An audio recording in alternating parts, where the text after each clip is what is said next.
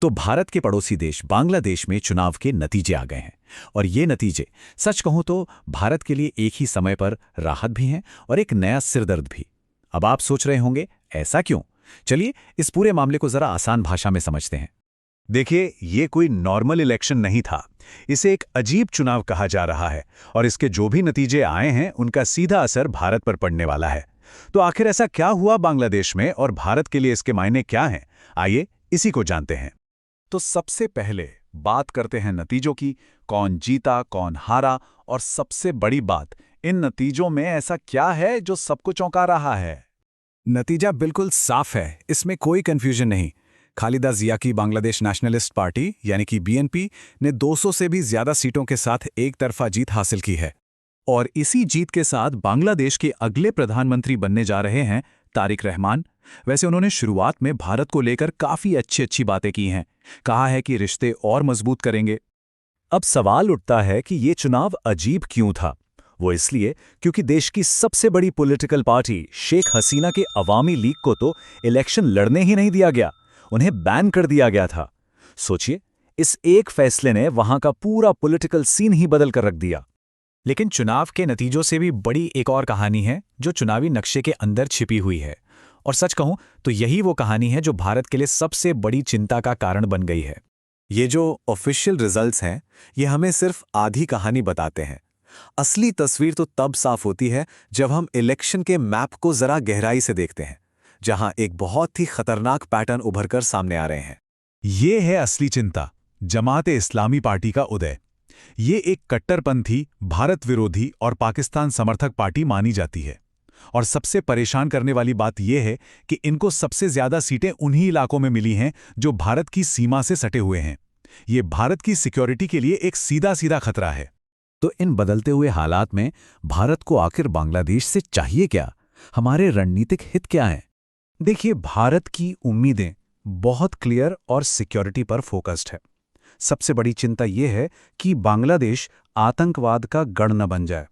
और सबसे बड़ी उम्मीद यह है कि हमारे पड़ोस में शांति और स्थिरता बनी रहे। भारत कोई मिलिट्री अलायंस नहीं चाहता, बस अपनी सीमाओं पर शांति चाहता है। अब आते हैं इस कहानी के सबसे अहम किरदार पर, नए प्रधानमंत्री तारिक रहमान। सवाल यह है कि क्या वो भारत के दोस्त साबित होंगे या फिर एक नई चुनौती? चलिए इसका विश्लेषण करते हैं। अच्छी बात यह है कि तारिक रहमान ने आतंकवाद के खिलाफ अपना स्टैंड बिल्कुल साफ रखा है। उन्होंने कहा है कि किसी भी तरह का आतंकवाद बर्दाश्त नहीं किया जाएगा। और ये बात भारत की सबसे बड़ी चिंता से सीधे तौर पर मेल खाती है। लेकिन जैसा कि होता है, सिक्के का एक दूसरा पहलू भी है।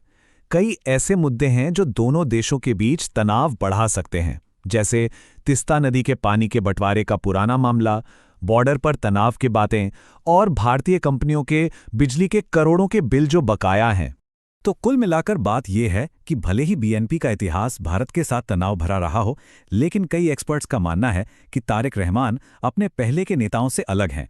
वो एक ज्यादा प्रैक्टिकल, एक कॉमन सेंस वाले लीडर हैं जो शायद कोई भी बड़ा गलत फैसला लेने से बचेंगे। अच्छा, चलिए अब जियोपॉलिटिक्स से थोड़ा हटकर एक और ऐसे एरिया की बात करते हैं जहां भारत और बांग्लादेश का आमना सामना होता है, और वो है ग्लोबल इकोनॉमी। राजनीतिक तनाव से अलग एक और मैदान है जहां भारत और बांग्लादेश में जबरदस्त मुकाबला है, और वो है टेक्सटाइल यानी कपड़े का बाजार। इसे हम एक हेल्दी कंपटीशन कह सकते हैं जो दोनों देशों की अर्थव्यवस्था के लिए बहुत जरूरी है। अब यहाँ पे अमेरिका के साथ हुई एक ट्रेड डील का एंगल बहुत दिलचस्प है। जैसा कि आप देख सकते हैं, बांग्लादेश को एक बड़ा फायदा मिला हुआ है। अगर वो अमेरिका से कपास खरीदते हैं तो अमेरिका में उनके कपड़ों के एक्सपोर्ट पर कोई टैक्स यानी टैरिफ नहीं लगता। भारत भी ऐसी ही एक डील पर नेगोशिएट कर रहा है, लेकिन फिलहाल वो अटकी हुई है। तो चलिए अब इन सभी पॉइंट्स को एक साथ जोड़ते हैं और ये समझने की कोशिश करते हैं कि भारत बांग्लादेश के रिश्तों का भविष्य आखिर कैसा दिख रहा है। तो फाइनल एनालिसिस क्या है? यही कि नई सरकार आने से शायद बहुत गहरी दोस्ती न हो, लेकिन एक स्थिर, एक स्टेबल और कामकाजी रिश्ता जरूर बन सकता है। उम्मीद यही है कि संबंध तनावपूर्ण नहीं बल्कि स्थिर रहेंगे, भले ही उनमें पहले जैसी गर्मजोशी शायद न दिखे।